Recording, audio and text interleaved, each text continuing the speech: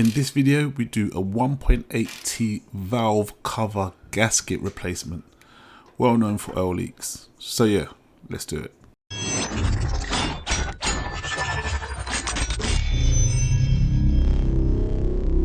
So today we're working on my 2003 1.8T BAM engine, and it's got a bit of an oil leak, as you can see here, just coming from the valve cover gasket. It's actually from the half moon part. So I'm going to do a complete replacement so you can see exactly how I do it. So here you can see quite a good shot. This is really difficult to get, but quite common to leak from these places. But you can see it's dripping about every 30 seconds. But that could quite easily empty out your oil reservoir and give you some major problems internally. So yeah. Okay, so the first thing I did was strip down the plastics around it. Now I've got these replacement stainless steel nuts, because I find the plastic ones always break. These are going to be available on my website. Just check on my website www.bmacvags.com and you'll get it from there. So with my 7mm socket, it's just about stripping down the ancillaries around the engine, not ancillary, just the bits and pieces around the engine just to get to it. So we've got to remove this charge pipe which comes off of the 7mm socket. See that ratchet? It's the tool you never knew you needed. Once again, gonna be in the comments below.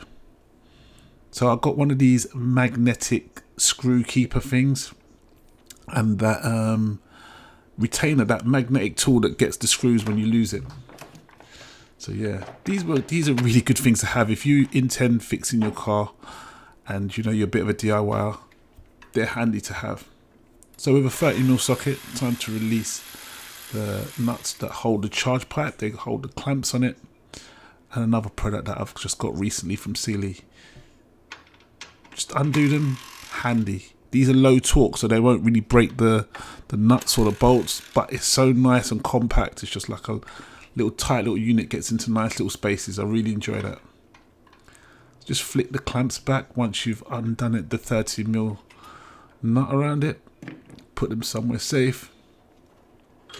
I'm using this molding removal tool just to break the seal between the rubber hose and the charge pipe itself, because it can tend to seal.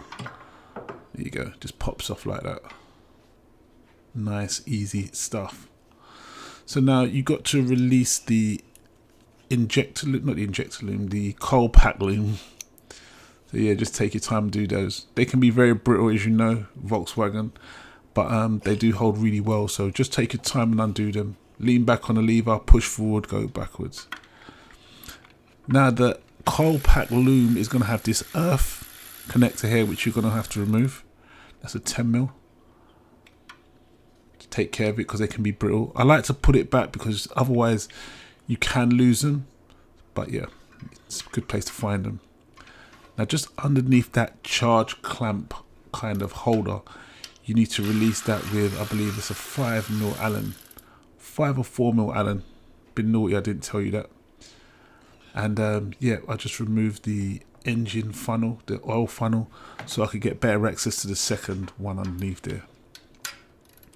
As you can see, it's pretty simple, easy stuff. The tool you never knew you needed. I use that tool all the time.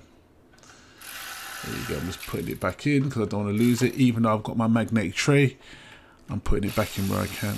Now this is just a heat shield. It's a couple of torques, I think it's 20 or 25, but you just need to undo the 4 screws on top of it and that comes out of the way. There you go. That really could do with some replacing, but we'll talk about it later. So we're just releasing this breather pipe that goes on top, runs on top of the engine if you've got a BAM like my one. If you don't have to remove it. It's going to be pretty much the same for all Audi TTs, so just work accordingly. The principle of this job is just to remove whatever's around the engine to give yourself the best access possible. So that's what I generally try to do, because I don't like to fight with things. If it's like another 5 or 10 minutes just taking it off, I'd rather not frustrate myself trying to work around it.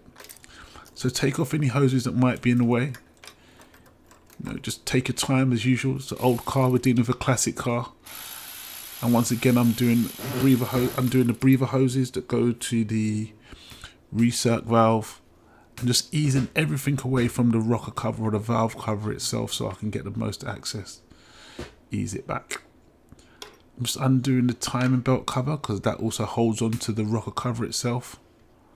And I'm removing the coil packs. When you remove the coil packs, the best thing to do is to number them, at least keep them in some sort of sequence, because it's just, maybe it's just an old mechanic's trick or habit just to put them back in the way they came off. So you can see I'm taking them one by one, but I'm noticing some oil residue on the bottom from here. Now I've done this before, but I just did it a bit slapdash. As you can see, look, it's all numbers, 1, 2, 3 and 4, all numbered, so I know which way to put them back. When I previously did it, I did it a bit slapdash. I didn't really do what I was supposed to do, so I'm kind of remaking it so you lot can see the right way to do it. It's going to be a bit more of a longer video, but it will make more sense. So once again, I'm just releasing anything that could be in the way, anything that's going to hinder my access to this, because it gets quite tricky, particularly on the BAM ones, because they've got variable valve timing, and that needs that module is quite tricky to get around. So there's a little bit extra steps with a BAM in particular. So you just see me here release the nuts from the rocker cover itself, or valve cover, and there's my tin coming handy. Ooh. My magnetic tin, absolutely brilliant. Where I couldn't get it, I used the electric ratchet with an extension. And there you go. Just working it off. And it should pretty much lift up. Just make sure you got everything off. Another nut that went missing. And just take it up. And that's how you remove your valve cover gasket. Now, if you want to see how I put it back on and how it all goes back together, because this is a bit more intricate, don't forget to watch part 2. See you in the next one. Click here to see how I replace a rocker cover gasket, tips and tricks, and all the little good stuff you need to know.